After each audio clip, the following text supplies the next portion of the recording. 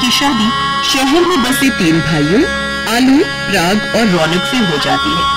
शादी करके तीनों जैसे ही अपने ससुराल आती हैं तो हाथ में आरती की थाली लिए उनकी सास जानकी उनका गृह प्रवेश करवाते हुए कहती है, आओ मेरी तीनों बहुओं, अब अपने पैरों से इस कलश को गिराकर अंदर आ जाओ। जी सासू माँ। बड़ा सा ससुराल देखकर तीनों देसी बहुएं टशन में बोलती हैं, हाय दया, ये तो एकदम फिल्म स्टार शाहरुख खान के घर जैसा घर है प्रीति। हाँ सपना, अगर ऐसा घर अपने गांव में होवे ना तो गर्दा गर्दा मच जाई। हमको तो अपनी आंखों पर विश्वास ही नहीं हो रहा है कि हमारी शादी इतना बड़ घर में हुई है। उनकी बातें सुनकर उनकी ननद श्रुति कहती है, ओह गॉड, अभी इन्हें आए 1 पल भी नहीं हुआ और इन्होंने अपनी गवारपंथी दिखानी शुरू कर दी। जरा अपने कायदे में रहकर बात करो ननद जी, आप हम तीनों बहनों के बारे में नहीं जानती हैं। अरे पूरे बनारस में हम तीनों बहनें अपने जुगाड़ूपन के लिए फेमस है, फेमस। ओहो, अब बस भी करो तुम ननद भाभी ने अभी से ही नोक-झोंक शुरू कर दी। चलो अब मेरे तीनों बेटे अपनी अपनी बीवियों को उनके कमरे दिखा दो। अगले दिन सुबह तड़के 5 बजते ही तीनों बहुओं की आंख खुल जाती है और वो किचन में साफ सफाई पर लग जाती हैं। तभी उनकी ननद श्रुति किचन में जाती है तो वो देखते हैं कि उसकी तीनों भाभियां मिट्टी से बर्तन घिस रही होती हैं। अरे मेरी मंद बुद्धि भाभियों, ये सब क्या गंद मचा रखा है? और तुम तीनों को नींद नहीं आ रही है क्या जो आधी रात को ये खटर पटर लगा रखी है? उक्का है ना ननद जी, हमरे गांव में तो सुबह 5 बजे सब जग जावत है और हमरे गांव में तो मिट्टी से ही बर्तन मांजते हैं। हाँ, इससे 2 फायदा है, एक तो बर्तन भी अच्छे से चमक जावत है और साथ ही साबुन के पैसा के भी बचत हो जाता है। अरे पर ये तुम्हारा बनारस गांव नहीं बल्कि मुंबई शहर है, यहाँ ये सब जुगाड़ूपन मत दिखाओ और अपनी ये सब बचकानी हरकतें बंद करो प्लीज। श्रुति तीनों जुगाड़ बहुओं को झड़प कर चली जाती है। ऐसे ही कुछ दिन बीत जाते हैं। एक रोज जब वो तीनों किचन में खाना बना रही होती हैं कि तभी सिलेंडर खत्म हो जाता है। अरे मोरी मैया, ये चूल्हा तो लगता है बिता गया। अरे बहू, रोटियां बन गई हो तो जल्दी से ले आओ। अरे बाप रे, अब क्या होगा? हमको जल्दी से अपना कोनो जुगाड़ लगाना होगा। तभी उनका ध्यान पूजा घर में रखी लकड़ियों पर जाता है। बस फिर क्या था, वो 4 ईंटें लेकर आती हैं और उसका चूल्हा बनाकर उसमें गर्मा गर्म रोटी बनाकर सबको खिलाती हैं। पता नहीं क्यों लेकिन कुछ धुएं धुएं की स्मेल आ रही है। सही कहा भैया। तभी उन सबकी नजर किचन में से निकल रही धुएं पर जाती है। सभी दौड़ते हुए किचन में जाते हैं। अरे मेरी भोली बहू, जब किचन में गैस सिलेंडर है तो फिर तुम तीनों चूल्हा क्यों फूंक रही हो? सासू माँ, आपका सिलेंडर तो कब का बाय बाय बोल गया, इसीलिए हम जुगाड़ लगाकर चूल्हा जलाई लिए। वो सब तो ठीक है मेरी जुगाड़ू बहू, मगर तुम ये लकड़ियाँ कहाँ से उठा कर ले आई? सासू माँ, ये तो हम पूजा घर में रखी लकड़ियाँ लाए हैं। अपनी जुगाड़ू बहुओं की हरकतें देखकर जानकी कहती है, अरे बैल बुद्धि बहुओं, वो तो चंदन की लकड़ियाँ थी जिसे मैंने हवन के लिए मंगवाया था और तुमने चंदन की लकड़ियाँ रोटी सेकने में फूंक दी। ओहो, अब जो हो गया सो हो गया सासू माँ, अब हमको माफी दे दियो। इतना कहकर तीनों बहुएं माफी मांगकर मामले को ठंडा कर देती हैं। ऐसे ही समय बीतता है। फिर एक सुबह जब सब नाश्ता कर रहे थे तो गिलास में रखा जूस रौनक के फोन पर गिर जाता है और उसका फोन भीग जाता है। ओह नो, आज ही मुझे मीटिंग के लिए बाहर जाना था और आज ही इस फोन को भी खराब होना था। शॉप वाला तो इसे रिपेयर करने में 2-3 दिन का टाइम लगा देगा। अरे पति देव, अपना फोन हमको दो, हम अभी इसे बिना पैसा खर्च के ठीक कर देंगे। अरे मेरी गवार भाभी, इस फोन को जुगाड़ की नहीं बल्कि दुकानदार की जरूरत है। अब अपनी कोई जुगाड़पंती करके भैया के इस फोन को डेड बॉडी में मत बदल देना।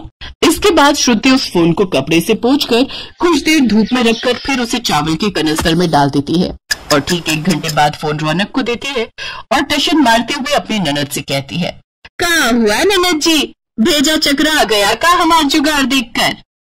अरे वाह भूमि, तुमने तो सचमुच में 1 घंटे के अंदर ही मेरा फोन बिल्कुल ठीक कर दिया। देखा हमरा कमाल, फोन भी झट से ठीक हो गया और पैसा भी बच गया।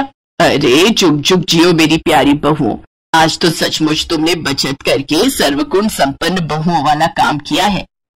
हाँ सचमुच, तुमने तो कमाल कर दिखाया। रौनक और सास के मुंह से तारीफ सुनकर उन तीनों बहुओं को शह मिल जाती है। ऐसे ही एक दिन जब सपना वैक्यूम क्लीनर से घर की सफाई कर रही होती है तो अचानक से वैक्यूम क्लीनर काम करना बंद कर देता है। अरे मोरी मैया, ये बिजली से चलने वाला झाड़ू तो बंद हो ही गया। अब क्या करे? जल्दी से कौनो जुगाड़ सोच सपना, ताकि अपना कामों बन जाए और हमरे पैसे भी बच जाए। सपना ये सोच ही रही होती है कि तभी उसका ध्यान अपनी सोसाइटी के पार्क में लगे खजूर के पेड़ पर जाता है।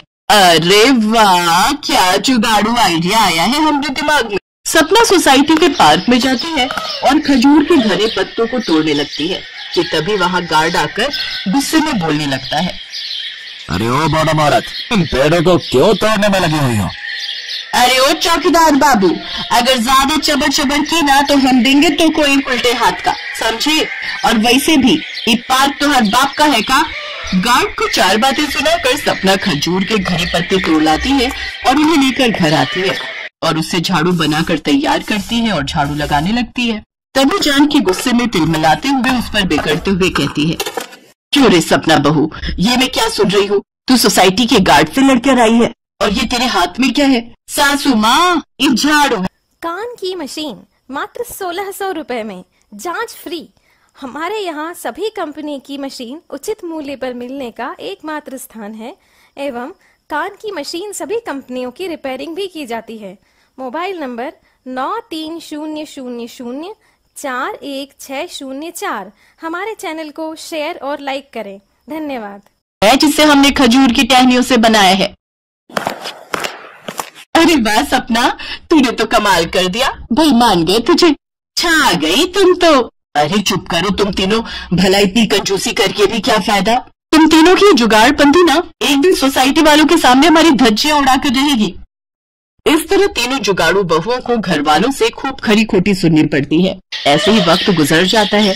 फिर एक सुबह प्रीति नाश्ता लेकर गुनगुनाते हुए अपनी ननद के कमरे में आती है। लगाई ले तू जब लिपस्टिक, जिला टॉप लागे ले, ओ जिला टॉप लागे रे।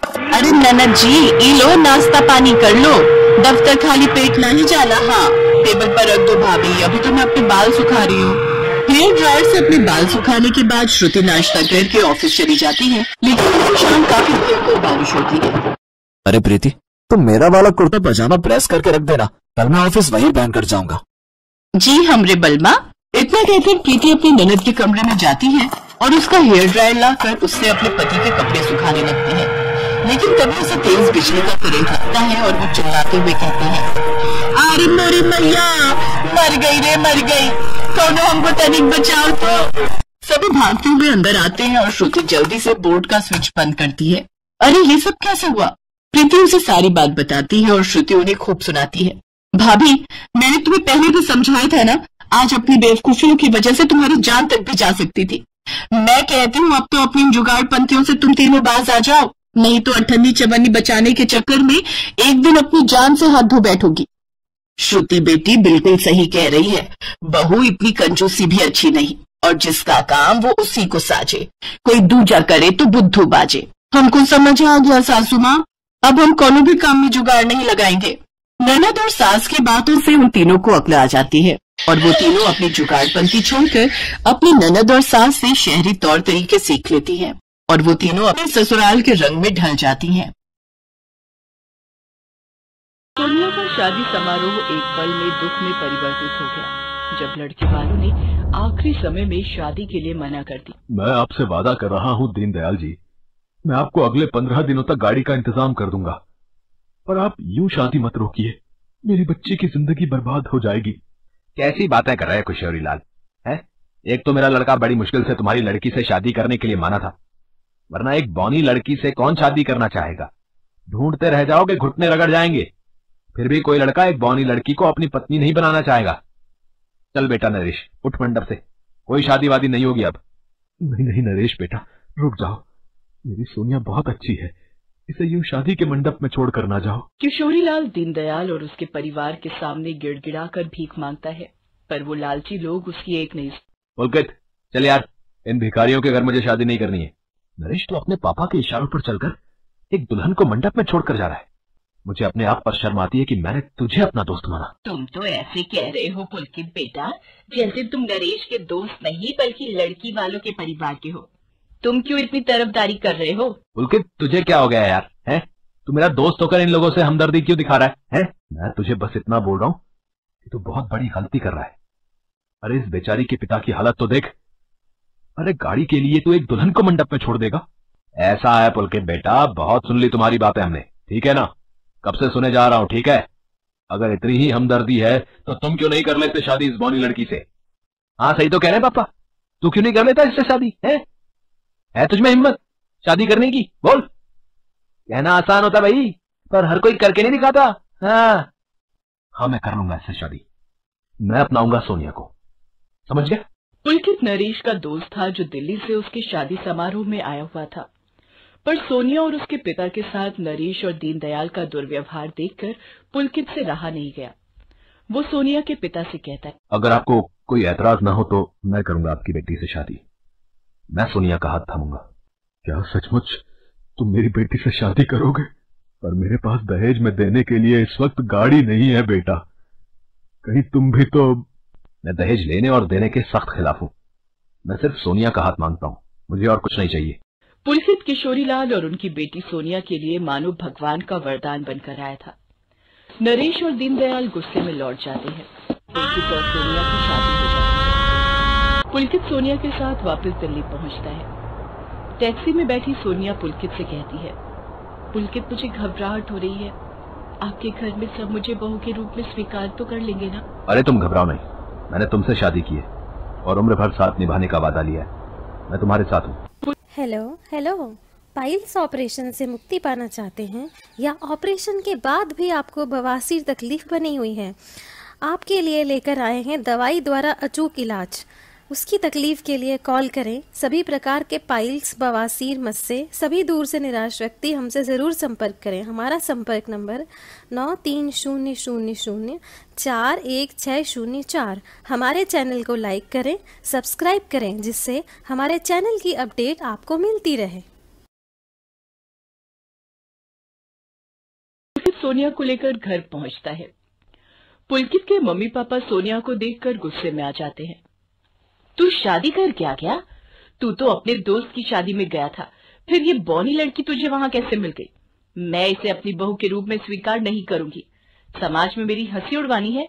खानदान की नाक कटवा कर रख दी तूने, हर कोई हंसेगा। कहीं उठने बैठने लायक नहीं छोड़ा तूने। तेरी माँ सही कह रही है पुलकित, तूने तो सच में हमारा सिर शर्म से झुका दिया।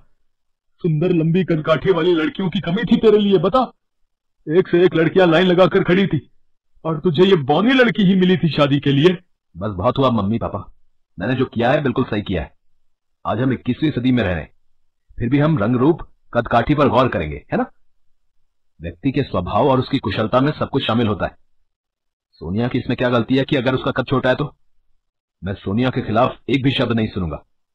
मैंने इसे पत्नी रूप में स्वीकार किया है और आप लोग भी इसे अपनी बहू के रूप में स्वीकार कर लें, वरना मैं ये घर छोड़कर चला जाऊंगा। पुलकित गुस्से में अपने कमरे में चला जाता है। उसकी ममता सोनिया पर बरसने लगती है। कलेजे में ठंडक पड़ गई होगी तेरे, हमारे बेटे को हमसे अलग करके ही मानेगी तू। पता नहीं मेरे बेटे पर कौन सा काला जादू कर दिया तुम बाप बेटी ने कि हमारा बेटा ही हमसे छिन गया है। नहीं माँ जी, मैं सब बिल्कुल नहीं चाहती। मैं तो बस आप सबके दिल में जगह बनाना चाहती हूँ। हमारे जीते जी ये कभी नहीं होगा। तू इस घर की बहू कभी नहीं बनेगी। हम तुझे अपनी बहू नहीं मान। बेचारी सोनिया फूट है। आसपास के मोहल्ले वालों और रिश्तेदारों को जब पुलकित और सोनिया की शादी के बारे में पता चलता है तो सब सोनिया का मजाक उड़ाने लगते हैं। वैसे ममता जी, आपके बेटे पुलकित में कोई कमी थी क्या जो उसने इतने नाटे कद की बौनी लड़की से शादी की? नहीं तो बहन जी, हमारे लड़के को देखो, एक से एक लड़कियों के रिश्ते आते हैं, इतने नखरे हैं। देखने में तो आपका पुलकित बहुत ही सुंदर और लंबे कद काठी का लगता है, फिर उसने इतनी बौनी लड़की क्यों पसंद की? कहीं कोई प्यार व्यार का चक्कर तो नहीं था? अब अपने आप को ही देख लो ममता जी, आप आज भी देखने में हेमा मालिनी से कम नहीं लगती हो। क्या करूं बहन जी, जब किस्मत फूटी हो तो कुछ दिमाग काम नहीं करता। पता नहीं अपने दोस्त की शादी में गया था, वहीं से पकड़ कर ले आया इस मनहूस को। माँ जी, ये चाय और पकौड़े लाई थी, रख दो यहीं पर और जाओ यहाँ से। आपकी नौकरानी कहाँ गई ममता जी? अरे वो अपने गांव गई है। यही सोच लूंगी कि एक नौकरानी की कमी थी, वो पूरी हो गई, कुछ तो काम आएगी। वैसे तो ये बौनी बहू हमारी किसी काम की नहीं है। अपनी माँ की बातों को सुनकर पुलकित गुस्से में आ जाता है और मेहमानों के बीच जाने लगता है। तभी सोनिया उसका हाथ पकड़ लेती है। इतना सब सहने की हिम्मत तुमने कहां से आती है सोनिया? तुम जब से इस घर में आई हो तुम्हें एक पल भी खुशी का नसीब नहीं हुआ। अरे मैं यहाँ पर बहुत खुश हूँ, आप मेरे साथ हो तो मुझे और कुछ नहीं चाहिए। मम्मी सुनो, पापा और मैं जा रहे हैं, ये कैश रख लो, 20 लाख रुपए ऑफिस के पैसे हैं, कल सुबह मुझे बैंक में जमा करवाने हैं। अलमारी में रख देती हूँ। हाँ भैया आ रही हूँ, सारे पेड़ों में खाद डाल दी है ना? हाँ हाँ माता जी, अच्छा मैं चलता हूँ। माली को भेजकर ममता दरवाजा बंद करके अंदर आ जाती है। सोनिया उस वक्त अपने कमरे में थी। कुछ देर बाद फिर से दरवाजे की घंटी बजती है। अब फिर से कौन आ गया? क्या हुआ? पेड़ों में खाद तो तू डाल गया था। माता जी लगता है मैं अपनी खुरपी यहीं छोड़ गया था। जा देख ले कहाँ रखी है। अरे ये दरवाजा क्यों बंद कर रहा है? छोड़ छोड़ मुझे छोड़। अरे खुरपी लेने आना तो बहाना था, मुझे वो 20 लाख रुपए दे जल्दी से, जो तेरा बेटा तुझे देकर गया है। नहीं चोर, मैं तुझे वो पैसे नहीं दूंगी। चीना झपटी में ममता जमीन पर गिर जाती है और बेहोश हो जाती है। ये देखकर सोनिया घबरा जाती है।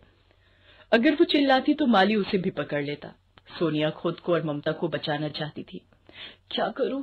माँ जी की अलमारी खुली है, माली कमरे में ही आएगा, जल्दी से कैश निकाल लेती हूँ। सोनिया छोटे कद की थी, इसलिए आसानी से रुपए उठाकर सर्विस विंडो से रसोई में जाकर एक खाली ड्रम में छुप जाती है। इतनी देर में दरवाजे की घंटी बजती है। इस अलमारी में तो कुछ भी नहीं मिल रहा, लगता है कोई आ गया। वापस भागना ही ठीक रहेगा वरना पकड़ा जाऊंगा। माली वहां से भाग जाता है। ममता घंटी की आवाज सुनकर होश में आती है और बड़ी मुश्किल से दरवाजा खोलती है। पुलकित और उसके पिता ये सब देखकर घबरा जाते हैं। क्या हुआ मम्मी? वो चोर माली को शायद। वो तो अच्छा हुआ हमारा काम जल्दी खत्म हो गया तो हम वापस लौट आए। क्या हुआ पुलकित? लगता है भाग गया पापा। वो चोर माली मिल जाए बस एक बार, छोड़ूंगा नहीं। मम्मी पर सोनिया का है? सोनिया सोनिया सोनिया तुम इस ड्रम में? वो मुझे उस वक्त जो ठीक लगा, ये आपकी अमानत, आपके 20 लाख रुपए। सोनिया सारी बात बताती है, जिसे सुनकर पुलकित के माता पिता खुद पर बहुत शर्मिंदा होते हैं कि उन्होंने सोनिया जैसी समझदार बहू को कितना भला बुरा कहा, पर आज उसी की वजह से चोरी होने से बच गई। सोनिया के सास ससुर सोनिया से माफी मांगते हैं। माँ जी, बाबूजी, आप दोनों ने मुझे बहू स्वीकार कर लिया। मुझे आप दोनों के प्यार के सिवा कुछ नहीं चाहिए। मुझे तुम पर गर्व है कि तुम मेरी पत्नी हो।